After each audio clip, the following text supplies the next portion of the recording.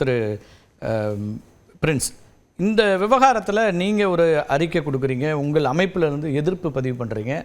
ஆனால் நீதியரசர் சொல்கிறாரு, சட்ட ரீதியாக அவருக்கு என்ன தடை இருக்கிறது, அப்போ தடை இல்லாத போது இது ஒரு லீகல் ஒரு ப்ராசஸ் அப்படின்னு தானே இதை பார்க்க முடியும் அப்படின்னு. பிரசிடென்ட் ஆஃப் இந்தியா வந்து விசிட்டர் ஃபார் சென்ட்ரல் யூனிவர்சிட்டிஸ்.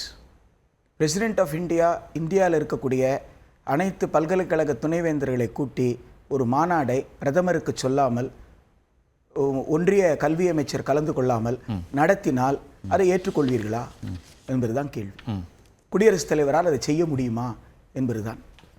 இங்கே வந்து 1919 சட்டத்தை எதிர்த்து போராடி தான் நம்ம வந்து விடுதலை பெற்றிருக்கிறோம். 1919 சட்டத்தில் தான் டயார்கி, இரட்டையாட்சி முறை, அதில் தான் ஆளுநருக்கு சில அதிகாரம், தேர்ந்தெடுக்கப்பட்ட அரசுக்கு சில அதிகாரம், தேர்ந்தெடுக்கப்பட்ட அரசு சட்டமன்றத்துக்கு பதில் சொல்லணும், ஆளுநர் எதுக்குமே பதில் சொல்ல வேண்டியதில்லை. இப்போ வேந்தர் அப்படின்னு சொல்றது அவர் கவர்னராக இருக்கிறதுனால அவர் வந்து எக்ஸ் அஃபிஷியோ வேந்தராக இருக்கிறார்.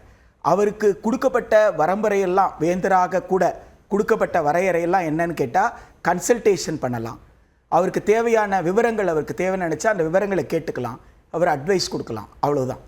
இப்போ வந்து அவர் ஒரு மாநாடுன்ற அந்த கான்செப்டுக்குள்ள, அந்த ஒரு ஃப்ரேமுக்குள்ள வர்றாரு.